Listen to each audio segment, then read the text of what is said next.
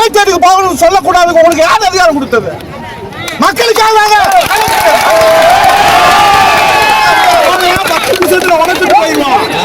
என்ன நினைச்சிட்டு இருக்கீங்க?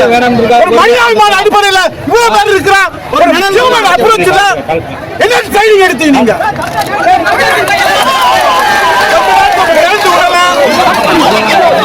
மாவட்ட ஆட்சியர் அலுவலகத்துக்கு தாங்க வந்து வீட்டுக்கு வரல. This should not come your house. This is a public place. I have the 10 years of experience, 15 years of public representative in the opposition leader, deputy leader. This is a place for public. மக்களுக்காக தான் இந்த அலுவலகம் பீஸ்ஃபுல்லா இவ்வளவு ladies இருக்காங்க. உங்க பிள்ளைகளா இருந்தா இப்படி வெளியில உட்கார வைப்பீங்களா? கேட்கிறேன் நான்.